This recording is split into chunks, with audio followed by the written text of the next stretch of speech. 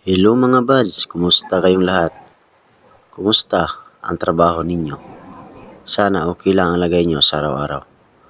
At ito ang kwento ng aking buhay bilang isang angkas rider.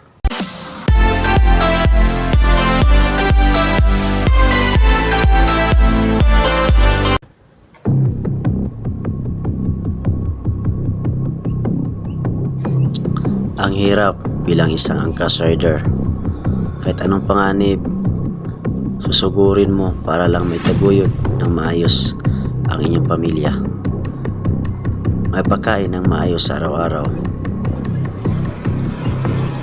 At pambili ng gamot, pambayad sa mga bills, at sa iba pa. Ang hirap bilanging angkas rider. Dahil kahit ulan, umaraw, susugurin mo para lang may taguyod ang kinabukasan ng inyong pamilya. Kahit anong panganib, susugurin mo. Kahit gaano man kahirap, katraffic sa kalsada, wala ka nang pakialam kasi yun ang trabaho mo bilang isang rider. At maghatid ng mga pasahero, araw man o gabi, kahit matraffic pa ang kalsada, handa kang lumusog at handa mong harapin ang panganib na iyong tinatahak bilang isang rider. Ang hirap ng pinagdaanan namin. Hindi biro bilang isang angkas rider or iba pang mga basta rider. Ang laki ng mga sakyan, kasabay mo sa kalsada. Nakakatakot sana, pero wala ka nang magawa. Wala ka nang choice kundi harapin kung anong meron na tinatahak mo. Kasi sabi nila, pag oras mo na daw, oras mo na. Pero sana, ang hiling ko sa Panginoon, na sana, mas lalo pang tumaas ang aking buhay. Kasi marami pang pamilya na naghihintay sa akin. Sa aking paglalakbay sa kalsada araw-araw.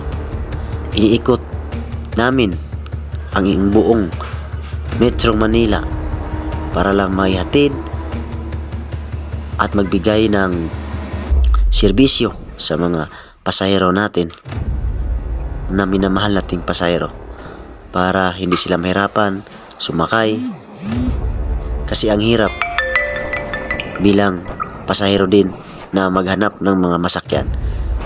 Kaya nagpasalamat din kami na meron din silang masakyan na tulad sa amin ng mga angkas rider. At sana, ang hiling lang namin na maayos lahat ng mga komunikasyon sa ating mga CIS na walang alitan sa bawat sakay, sa bawat takbo ng ating bumbong na motor. Kasi yun ang mahirap kasi na may alitan kayo. Kasi dyan nag-host ang mga aksidente na hindi natin inasahan. So, nagpasalamat ako na parte ako sa isang rider community dito sa Metro Manila. At isa pa, malaking tulong din talaga sa pang-araw-araw bilang isang rider. Angkas man,